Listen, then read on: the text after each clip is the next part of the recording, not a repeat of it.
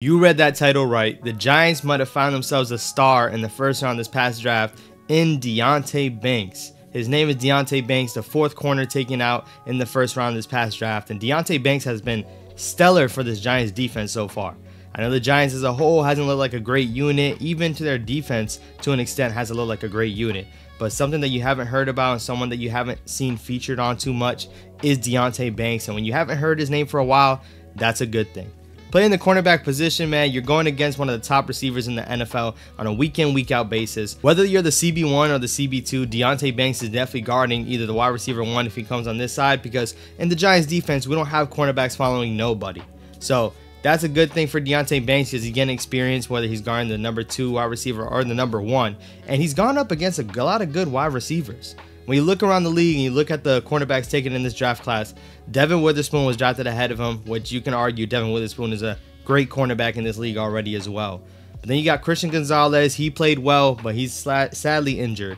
And then you got Emmanuel Forbes, which we just came off a game against the Commanders. Emmanuel Forbes didn't even play because this man got benched after seeing what he's been going up against. And honestly, as a rookie going through those traumatic experiences in terms of being dusted by wide receivers, it takes a toll on you. I can argue outside of quarterback, cornerback is the toughest position on the field, hands down. Because there's so many rules that go against you when you're trying to guard a receiver already. And then let alone, these guys are talented.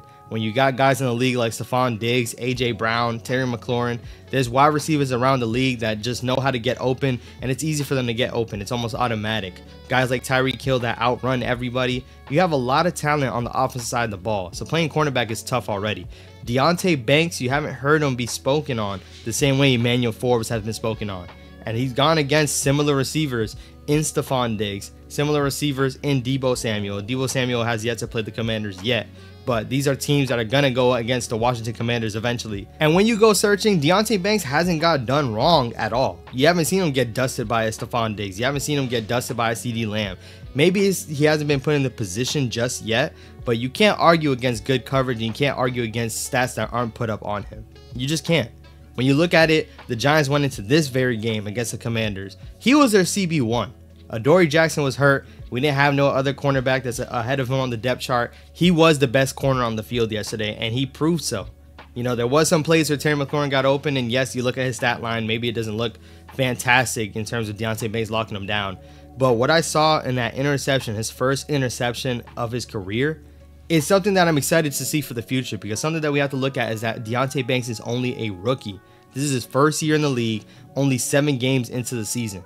He's baiting quarterbacks into throwing picks. Now, is Sam Howell the greatest quarterback in the world? Listen, when he was throwing 3 touchdowns against other teams, people were acting like he was.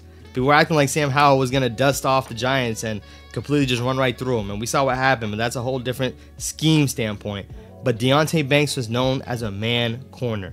We drafted him to play in wing system because when you're blitzing a lot, you need corners that can lock down the receiver man to man.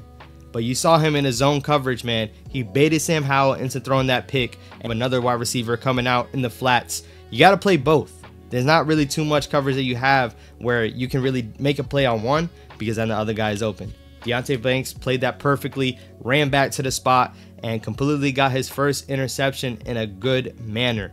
And once again, Deonte Banks is not known for his zone skills. He's known as a man-to-man corner.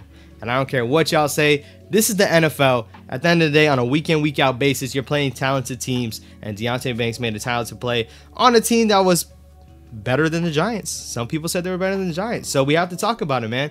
Deonte Banks, also, a couple of things that I like to see out of him overall is that in training camp and in the preseason, you heard it from everybody. Deonte Banks did not look great. We had guys like Trey Hawkins, who was drafted way later than Deonte Banks, whom we maybe thought that Trey Hawkins was going to be the best corner, the best rookie corner at least. And obviously that ended up phasing out, but when it comes to gameplay and when it comes to game time, Deonte Banks has showed up. You didn't see no big play coming against Deonte Banks. You haven't seen that yet. You've seen instances where you would think, hey, maybe this guy should have caught the ball instead of dropping it, and that's more yards on Deonte Banks. But overall, Deonte Banks is putting himself in a position where he's not getting burnt over the top. He's not getting completely dusted in a route running scheme. Deonte Banks is locking down these wide receivers. And once again, it's like an offensive tackle. If you don't hear them talking about the offensive tackle, he's probably doing a good job. He's not giving up no sacks. Well, guess what? Deonte Banks is not giving up no touchdowns on his side, and he's doing a great job in his scheme. I think a big thing you gotta look at when it comes to a cornerback and a cornerback that you want on your team is that he has to have swagger. When you look around the league, top cornerbacks in this league shut things down and they make it known. He was in Terry McLaurin's face, letting him know, I'm here, I'm here, I'm here. And listen, I know at the end of the game, Terry McLaurin made a couple of different plays, and once again, this is a make a play league. At the end of the day, these guys are talented. They're going to make plays, but I think Deonte Banks got the best of his matchups overall. If we get to a point where I see Deonte Banks trailing wide receivers and following wide receivers, that's what I really want to see, because that'll be the true test to where Deonte Banks is already as a rookie. And once again, you have to remember, this guy's only a rookie. What can he be as he continues to develop? What can he be as he continues to learn? Deonte Banks has a bright future ahead of him, and once again, that swagger and that characteristics that he has in terms of being a lockdown corner, that's exactly what you want, because you can't have a guy that if he gives him one catch, now he's sulking. Now you got a guy on the sideline with a towel over his head, he's mad. You can't have guys like that, especially playing the cornerback position. You need to forget whatever happened previously. And listen, Deonte Banks has not let any of those plays affect him just yet. He's playing great ball. And the more we look into the season, the greater matches that we have to come. I'm excited to see what Deonte Banks has to do, because listen guys, this is the remaining schedule. Some of the close schedules that we have coming out. We got the Jets coming up soon, and we know they have Garrett Wilson on that side. We're going to see how much they match up. We got the Raiders coming soon. Devontae Adams is on that team. You know what's going to happen when that comes to that. We got the Patriots where, you know, I can't really point out a receiver, but you got the Cowboys still to come up again. You got the Eagles still to come up again. I'm excited to see where Deonte Banks matches up, because once again, through 7 games, I can't say I expected anything greater out of him. You can't. You know, maybe you want him to get a couple more interceptions, but interceptions come and go.